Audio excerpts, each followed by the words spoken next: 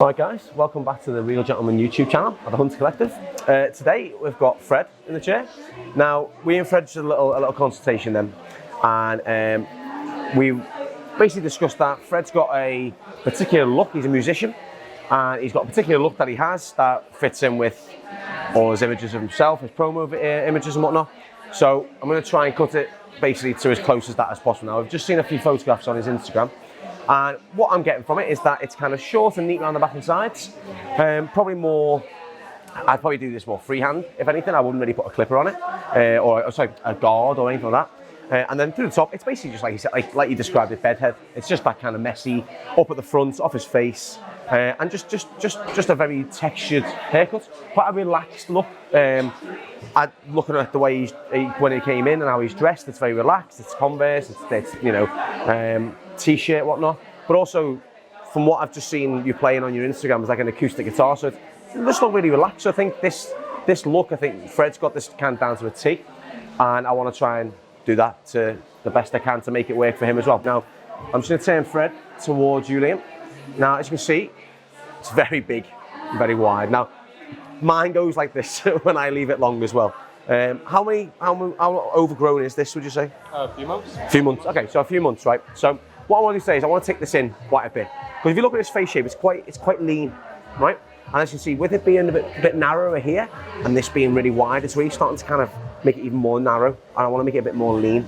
So what I was thinking of doing was taking quite a lot off here, but still maintaining a lot of length, mainly through the fringe and through the top. Now, I'd imagine this is something that Fred will do when he's, you know, when he's playing or whatever. It's just runs his hands through his hair like this. I mean, I've got a habit of doing that. I'm pretty sure that's what he'll do. A lot of guys do, unless they're having that really slick haircut.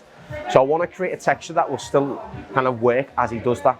His hair isn't mega thick. There's a lot of hair, but it's quite a fine texture. It's not mega thick. It's a lot thicker here compared to through the top, but it's not that kind of really sick, like kind of thick, coarse hair. So I don't want to overly texturize it, because as you can see now, it's a few months overgrown. It's still moving about. So if I just spin you back around here so I can have a little look, what I can see is that even with it being so long, it's still kind of got that kind of texture to it. So I think if I overly texturize this, it'd probably flatten in some way. So I need that hair to we need it to keep a little bit of thickness in this to keep the hair moving and to keep it up. So we'll give it a wash and condition, and then we'll crack on. All right? Right guys, so I've just shampooed and conditioned it. Now, as you can see, there's a lot of length in here. Now it's wet, you can really start to see how long this hair is, because it was almost like bunching in on itself. So there's an awful lot of length through the back here, which it doesn't really need for this look. That'll just end up growing out and getting in the way, really. So if you have a little look at the sides, there you can see how much length there is to that crown, compared to, like, say, here, for example. So there's quite a big difference in length.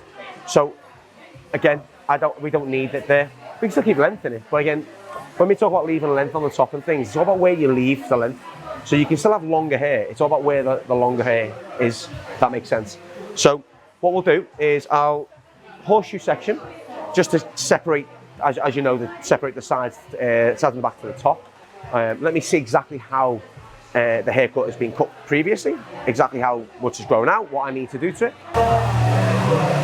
Go. Right, so the length I'm looking to take off the back and sides is, I'm probably going to look at taking off roughly about half the length. That's what I'm really looking for, about that. Because based on the image that Fred showed me, it looks as though it's quite close to the back and sides, but it's not like scalp exposure. It just looks as though it's been like a nice, good trim. So probably like, say, an inch in length or something like that, probably. Maybe a little, obviously a bit lower towards the bottom. So that's what I'm going to aim towards. Again, keeping scalp coverage. So again, not looking for like a 1/2 or 2 length. And just kind of making it look smart, basically. Right, so first section in, this is my guideline. I'll pick it up now. Remember what we pulled out before, about half the length. So I'm looking to pick that up, pull it straight out, slight bit of elevation. And one nice cut straight away. Into the nape. As you see, my comb is starting to angle the teeth towards me as we get to the bottom. I start to cross check and working up into the sections. Pick it up, there's the guide again, you need to go over it.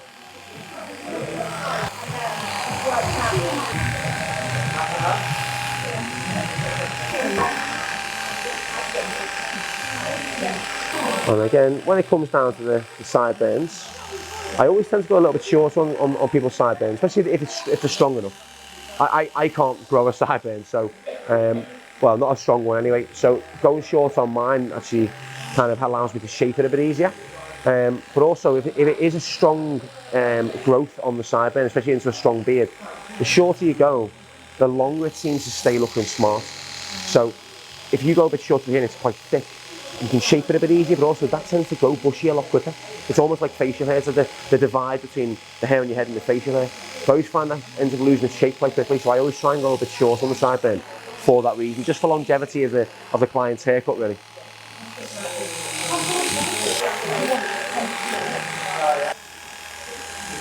Put that through.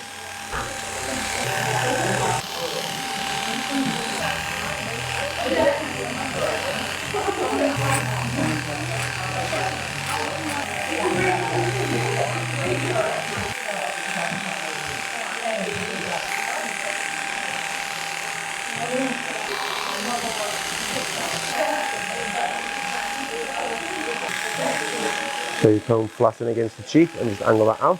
That creates a nice graduation, a seamless graduation. So I'm going to sharpen the edges off now. So switching to my size 5 comb, which is my all-round cutting comb. I start to detail. You know, I'm not looking to cut into the hairline too much, just want to just sharpen this off for him. Got a really nice contrast of like very nice and neat around the edges to that real looseness through the top. I think it's really nice.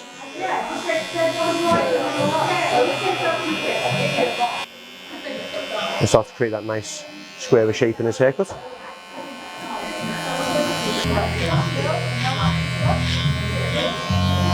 There's his hairline there.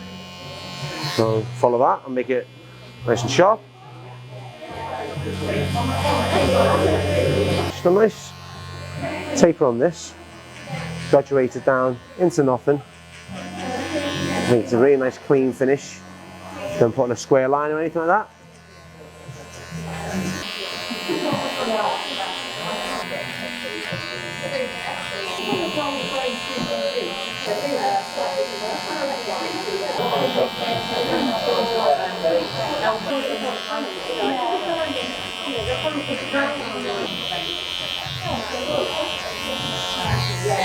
There we go.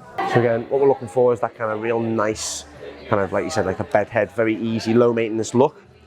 And as you can see, we need to keep the sides in. But by doing that horseshoe section, it's allowed me to focus on the sides and the back, perfect them, do everything I need to do for that, and then just work solely on the top, and then just find that connection point into the sides. So what I'm going to do on this, there's a lot of hair through here, so I'm going to work from the back to the front. So I'm taking a section from just before the crown, maybe 3 teeth in width, and just separating that out. And now take about that much off, so just above half. There's still quite a lot of length through there, so if you have a look at that, if I pull that up from the comb, there's still quite a lot of length. You can see it can still bend, it can still flop, it can still stand up. I'm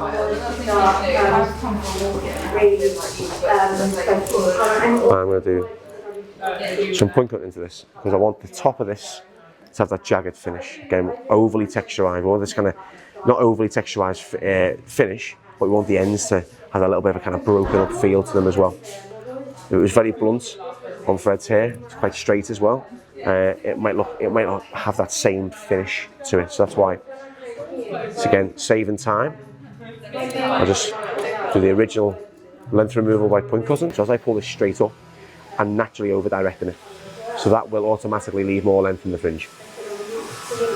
So we will create that sort of shape. Now I'll bring this to the corner. I want this to be nice and low maintenance form, so I want to cut it as best of the way it wants to fall as possible.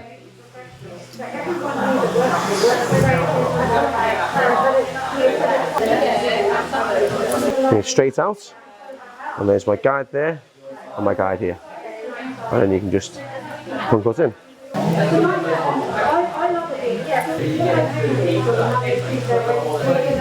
I'll bring this back to the session point. Put that through, so we're not taking too much off the actual fringe itself. That's what we're leaving is still a nice little bit of length through here. It's going to fall nicely into that clipper work. So as I was saying before, you're texturing the blend, so we're still seeing movement. That's going to fall nicely into the top as he comes to style it. And he's got that length through the fringe as well.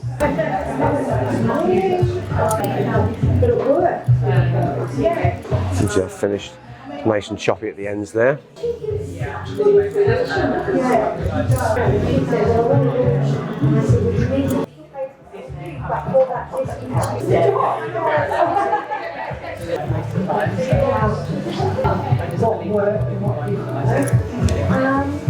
There we go. So as you see, what we're doing is still leaving a bit of length through here, which is really nice, because as you break that up, when you come to texturize it, you've got a nice clean finish here, and you've got the real nice movement here. So again, everything about this haircut is going to be messy. The blend's going to be messy, the top's going to be messy, except for the edges. And then I'm going to point clip this as well. By working horizontal, we're still keeping a little bit of length in that crown. We're not going to take it too short.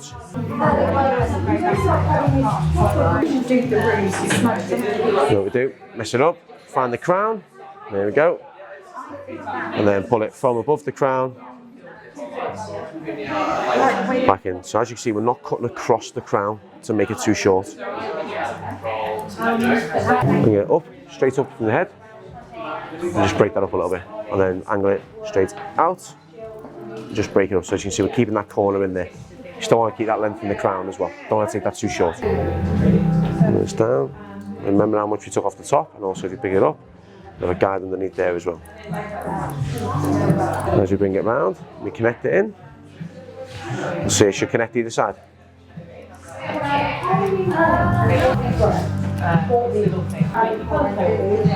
What we'll do, I'm just going to punk us into this a little bit. Just work that section behind the fringe and really break that up. Now what we'll do is we'll texturize it now. So I'm going to use the razor. Again, I want that real nice broken up texture, and I also want that lift, that help to make it easier for Fred to style as well. I'm going to work up into the hair, which is cutting the hair this way. So remember, I want this hair to fall into different ways. So by cutting it and texturizing it in different ways, it should fall that way as well. Take a section before the fringe. And I'll slide cut quite deep into that as well. So as you can see, I'm taking bits quite short. What they'll hopefully do is hold the longer bits up. So remember, when the hair goes short, it tends to spike a lot more. That spike helps to sit the longer hair on top of it, so it stays, it keeps it up. That's what the whole point of root lift is. It keeps it nice and up, and with the height in there as well. No, we wanted it like so it's still had volume. So a bit of water, that's staying up. That's what you're looking for. If it stays up with water, it's then definitely stay up with some matte clay. But don't go too short into the fringe. You don't want the fringe to fall into his face. You don't want little bits to fall down too much. So just do it just above the ends, just to break up the ends of the hair.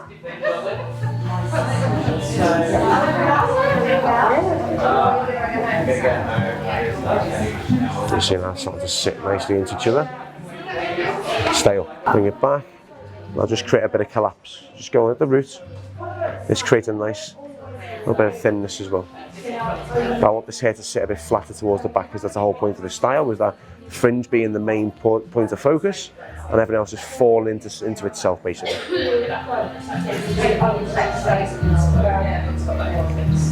And work from the back to the front, the force direction forwards. Again, I don't want this hair to feel too thin, so I'm just picking up and I'm just feeling it still feels thick. As you can see, that's working around, that's moving around very nicely without anything in it. So I think that's all the texture we need to do today. So what I'll do as well is I'm going to style this with the clay while it's damp, so while it's towel dried. Good thing about this, drying the product into it, it helps to keep the hair kind of up, because when you apply a product on top of it, it will weigh it down slightly. So if you apply it when it's damp and you dry it in, it looks completely matte, but you've got a real solid hold. It looks completely effortless again. It looks like he's got nothing in his hair, but he has, but it doesn't look like he has. So again, it's that effortless kind of low maintenance look. So you work it through into your hands. And again, because it washes out, go a little bit heavier than you normally would. So when you say use like a peanut size, maybe 2 peanuts, for example. in the amount. Now what we'll do, dry through. So around the back and sides, just using the fingers. Just drying this, drying up on the bottom. Just trying to really kind of wrapping the fingers around the hair to really just break out, show that kind of texture through the blend. On the transition area, shall we say. The medium speed and a high heat. Just going to start to dry this and scrunch this through. But I'm not using the diffuser. I want to still create movement. I just want to create direction to this hair. I just want it to be styled very, very messy. Now you want to wrap it into itself, you just wrap it around your fingers, and just grab it into a fist. And that'll start to wrap into itself like that. Again, when you come into drying the fringe and drying something really messy, don't dry it one way, because it will set that way. Dry it from left to right, back to front, dry it in loads of different ways, and that way there's no real one way it's being dried, so it'll sit a lot messier, it'll sit a lot more kind of natural in a sense.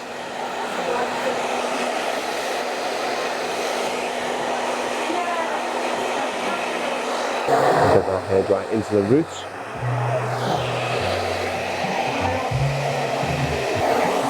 And then finish with a little bit of cold air. Just wear that from a bit further away, so it's more arm's length like that. And then just you don't want to kind of be too close to blast the hair, as you see. If you put it away, it just starts to set it more than anything else.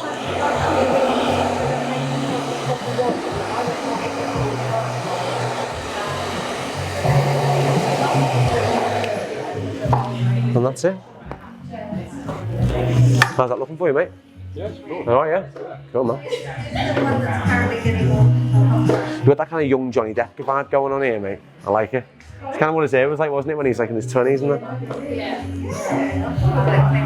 that? Oh, thanks to everyone saying I look like Tom Hardy, by the way. My wife says I don't, but you know, I'm going with you guys. I'll take that. I'll take that.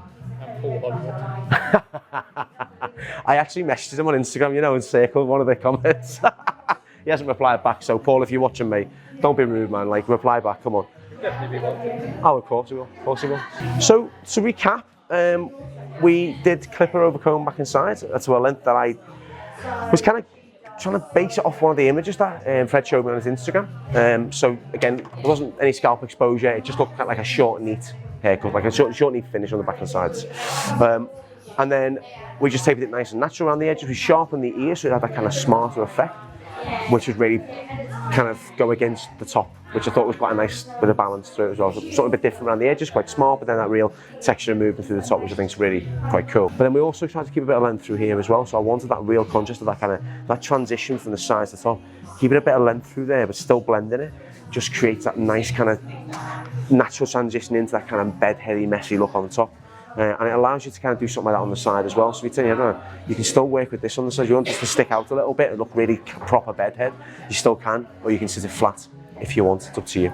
I thought we'd have it a bit different either side. It looked a bit more kind of like he's done it himself more than I've done it. And that was pretty much it. Oh, sorry, it isn't. We dried in the matte clay more than putting it on at the end. Reason being is that when you dry the product in, it creates that more natural look. As though he hasn't put anything in his hair. His hair is just like this, which I think is wicked. And also it doesn't weigh it down. So you put product on top, it can weigh it down, especially when you've got that finer hair. So if you've got finer hair, dry product into it. I know it takes a little bit longer, but believe it or not, it actually holds better and looks a little bit better as well. And that was it. Happy? Sweet man, awesome. Thank you very much.